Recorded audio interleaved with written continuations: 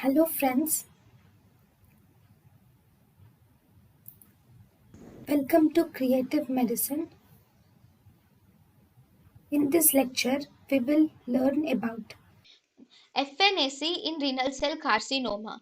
FNAC is not routinely done in renal cell carcinoma, but there are some indications for FNAC.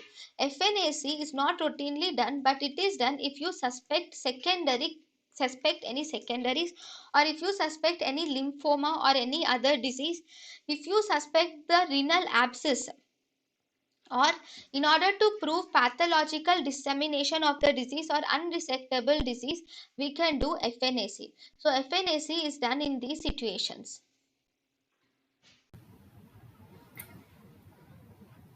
thank you and thank you for watching.